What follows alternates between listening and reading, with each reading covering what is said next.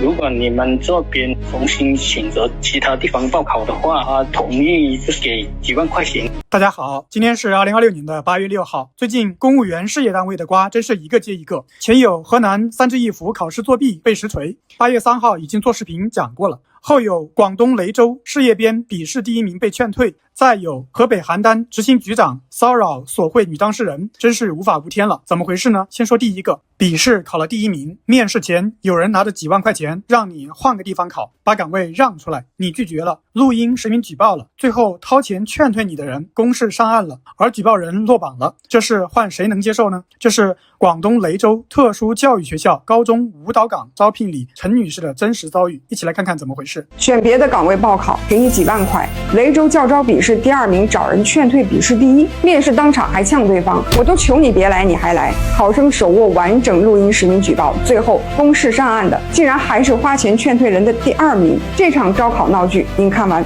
怒了没有？事件当事人陈女士报考的是广东雷州市特殊教育学校高中舞蹈组专业技术岗位，在2026广东事业单位统考中拿下岗位笔试第1名的好成绩。4月28号，一名自称雷州市特殊教育学校负责教师资格审核的高老师主动添加陈女士微信，先是质疑其教师资格资质，随后又改口确认资质无误。面试前夕5月6号，这位高老师再次致电传话，转达笔试第2名考生的诉求，对方愿意拿出数万元，希望陈女士主动放弃面试，另找其他岗位报考。跟你们第1名商量一下，如果你们这边重新选择其他地方报考的话，统一是给几万块。陈女士全程录音取证，当场拒绝了这个荒唐的要求。更让人不适的是，面试现场5月23号正式面试当天，第2名考生见到陈女士，直接当面说：“我当时都求你别来，你还来。”并当众反复跟在场工作人员提及，他的母亲就在这所特教学校任职，希望和母亲同校工作，完全无视事业单位招聘亲属回避的基本规则。察觉到招聘可能存在严重违规，陈女士立刻开启维权。5月25号，她向雷州市教育局举报。5月28号，通过湛江12345政务热线提交完整投诉公单，线索包含工作人员违规传话、考生利诱劝退、亲属任职3大疑点。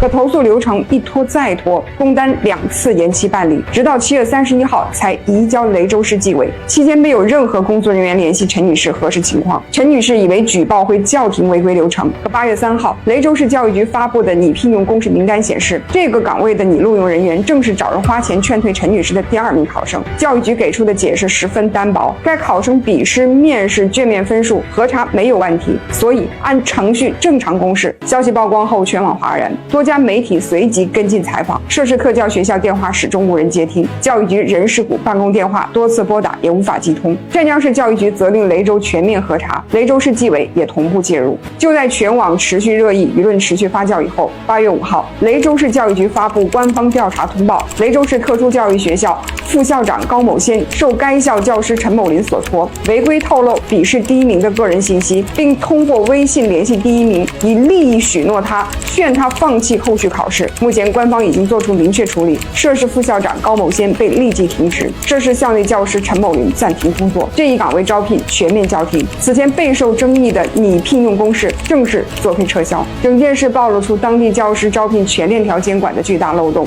考生隐私信息随意泄露，校方领导违规介入招考竞争，亲属回避制度形同虚设，群众实名举报长期无人处置。本该最严肃、最公正的公考招聘，变成了可以私下谈价、人情操作的灰色地带。公职教师编制考试是普通年轻人不靠背景、不靠关系，凭努力翻盘得以稳定就业的公平赛道，谁都无法接受熬夜刷题拼来的笔试第1要被人情、利益、暗箱操作随意践踏。好在舆论没有沉默，正义没有缺席，在全网监督之下，当地终于正视问题，追责到人，撤销争议公示，给了公众一个及时的回应。但停职、叫停招聘只是开始，第2名考生利诱劝退是否属实，是否需要记入诚信档案，整个招聘流程还有多少隐藏问题，都需要一查到底，公开透明。招考公平是规则无漏洞、流程无暗箱、竞争无捷径的全方位正义，容不得半点猫腻，容不得一丝侥幸。每一张试卷的分数，每一次努力的付出，都值得被尊重、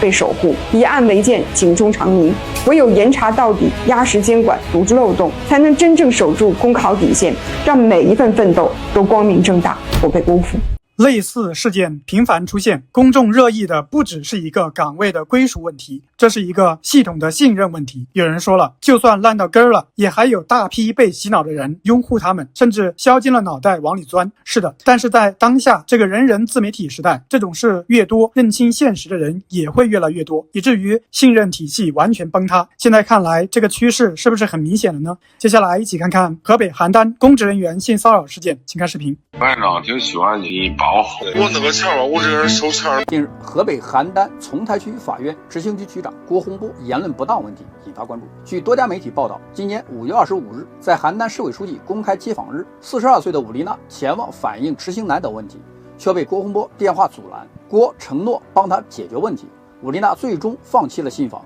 然而当天深夜，郭洪波主动致电武丽娜，先是以协调案件自己缺钱为由索要财物，被拒后又多次打电话进行骚扰，称武丽娜很漂亮，并称院长喜欢你，我可以从中促成，你自己把握机会等。7月23日，武丽娜向邯郸市纪委监委举报郭洪波。邯郸市中院8月4日发布情况通报称，针对网上反映郭洪波相关问题，邯郸中院成立专项调查组进行核查。经初步核查，网上反映不当言论通话录音确系郭洪波本人。院党组已对郭洪波作出停职处理决定，下一步将根据调查核查结果，依规依纪依法进行严肃处理。作为法院执行局局长，阻拦因执行难而欲信访的案件当事人，主动索贿，并以低俗言语骚扰当事人，性质非常恶劣，暴露出这个人不仅素质低下，还有滥用权力、以权谋私的惯性。建议相关部门查清以下几个问题：一，在武丽娜案件的执行工作中，郭洪波是否存在不作为的问题，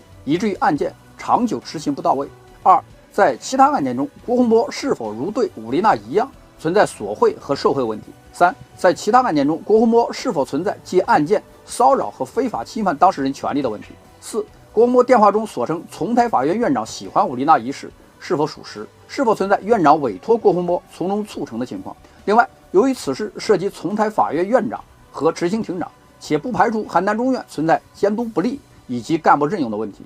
建议此案齐级审查，由邯郸市委或河北高院成立专项调查组。大家怎么看？欢迎在评论区说说你的看法。最后，还是希望大家多多点赞、评论、订阅，谢谢大家。